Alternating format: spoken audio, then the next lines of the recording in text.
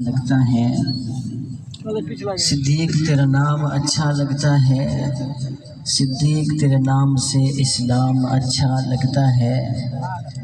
صدیق تیرے عشق میں لوگ ہمیں دہشت گرد کہتے ہیں، صدیق تیرے عشق میں یہ الزام اچھا لگتا ہے، اور اسلام ہم تک پہنچا ہے یہ صدقہ ہے صحابہ کا، اٹھا جھولی دے دعا یہ احسان ہے صحابہ کا، پیغمبر پر نہ کوئی آنچ آئے یہ مقصد تھا صحابہ کا، اور صحابہ پر نہ کوئی انگلی اٹھے یہ مشن ہے غلامان صحابہ کا۔ واجب الاحترام، قابل صد احترام، معزز مکرم ذی وقار دوستوں، بزرگوں، نوجوان ساتھیوں، توحید و سنت کے پروانوں، اصحاب رسول کے دیوانوں، غیرت مند، بہادر، نہ ڈر، بے باک، غیور مسلمانوں، آج اس پروگرام میں حضرت خواجہ صاحب کی پرخلوص دعوت اور حکم پر آپ حضرات سے مخاطب ہونے کی سعادت حاصل کر رہا ہوں۔ میری طبیعت کافی ناساز تھی، کل سے میں نے ان سے اجازت لی، چھٹی لی، لیکن انہوں نے کہا آپ نے آنا ہے تو میں پہنچ گیا۔ میری طبیعت اس قابل نہیں ہے کہ میں گفتگو کر سکوں، لیکن یہ جو آپ نے ماحول بنا دیا نا اور مجھے بیمار کر دیا ہے۔ تھوڑا تھوڑا آپ قریب ہیں، جو بیٹھے ہوئے ہیں آپ تھوڑا سا قریب بیٹھیں گے، کچھ بولیں گے تو میں بھی بول سکوں گا۔ شاید آپ میں سے کچھ لوگ مجھے جانتے ہوں، میں شروع میں ہی بتا دیا کرتا ہوں کہ میرا تعلق، میری نسبت، میرا ناطہ اس کاز، اس مشن، اس نظریے سے ہے کہ جہاں صرف لوگ نہیں بولتے، شہداء کا خون بولتا ہے۔ کیا بولتا ہے بھائی؟ شہداء کا خون۔ تو مجھے پتہ چلے کہ آپ جاگ رہے ہیں، مجھے سننے کے موڈ میں ہیں، تو کیا کہنا ہے، کوئی بات سمجھ میں آئے تو سبحان اللہ۔ صرف 10 منٹ گفتگو کرنی ہے بس، اور 10 منٹ آپ نے میرے ساتھ رہنا ہے۔ جمادی الثانی کا مہینہ ہے، مجھ سے قبل حضرت بڑے خوبصورت انداز میں سیدنا صدیق اکبر رضی اللہ تعالیٰ عنہ کے عنوان پر گفتگو فرما رہے تھے۔ جمادی الثانی کی 22 تاریخ کو خلیفہ بلا فصل، سسر پیغمبر، جانشین پیغمبر، وارث مصلی پیغمبر، جناب سیدنا ابو بکر صدیق رضی اللہ تعالیٰ عنہ کی یوم وفات ہے۔ اس ملک میں، جو ملک پاکستان کلمے کے نام پر بنا ہے، اس کلمے کے نام پر بننے والے ملک میں حضرت ابو بکر صدیق رضی اللہ تعالیٰ عنہ کو گالی دی جاتی ہے، تنقید کی جاتی ہے، العیاذ باللہ ان کی تکفیر کی جاتی ہے۔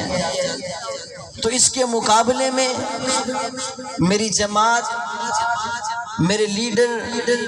میری تنظیم کے لوگ مطالبہ کرتے ہیں کہ حضرت ابو بکر صدیق رضی اللہ تعالیٰ عنہ کی توہین ملک میں نہ کی جائے۔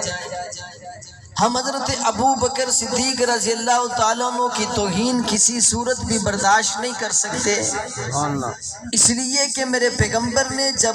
پہل اعلان کیا تھا نبوت کا، سب جب انکاری بن گئے تھے، جب سب دشمن بن گئے تھے، جب سب ساتھ چھوڑ گئے تھے، جب گھر والے بھی پتھر مارنے والے تھے،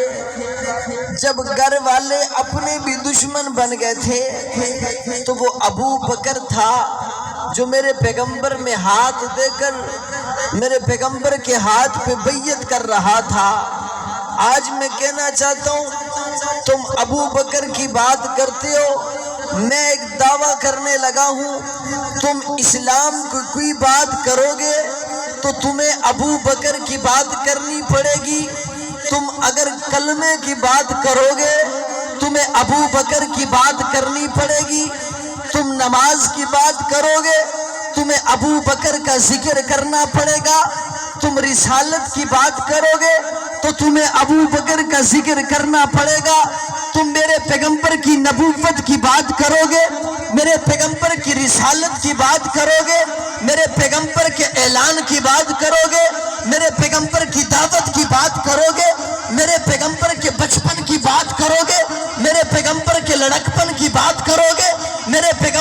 جوانی کی بات کرو گے، میرے پیغمبر کے شباب کی بات کرو گے، بات دین کی ہوگی۔ جو بھی بات آپ کرو گے تو تمہیں حضرت ابو بکر کا تذکرہ کرنا پڑے گا، تمہیں ابو بکر کی بات کرنی پڑے گی، تمہیں ابو بکر کی بات چھیڑنی پڑے گی۔ کہنے والا کہے گا مولوی صاحب یہ کیسے ہو سکتا ہے؟ ہم نماز کی بات کریں تو ابو بکر کی بات کرنی پڑے گی، ہم کلمے کی بات کریں تو ابو بکر کی بات کرنی پڑے گی۔ میں نے کہا اگر تو کلمے کی بات کرے گا تو سب سے پہلے کلمہ پڑھنے والا ابو بکر تھا، اگر تو نماز کی بات کرے گا تو سب سے پہلے نماز پڑھنے والا ابو بکر تھا، اگر تو میرے پیغمبر کے بچپن کی بات کرے گا تو بچپن میں ساتھ رہنے والا ابو بکر تھا، اگر لڑکپن کی بات کرے گا تو لڑکپن میں ساتھ رہنے والا ابو بکر تھا، اگر جوانی کی بات کرے گا